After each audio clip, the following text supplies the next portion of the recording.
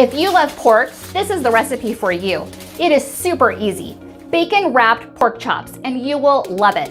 All you need is 1 pound bacon, 1 pound pork chops, your favorite seasonings like salt, pepper, garlic powder, and some toothpicks. We recommend a wire rack to elevate it because then when it drips off, it doesn't get the pork chops and bacon soggy. It just makes it crispy on both top and bottom sides. Once you wrap the bacon on top of the pork chops, you just use the toothpicks to keep it in place. We cooked it at 350 degrees for about 25 to 30 minutes, but of course ovens do vary.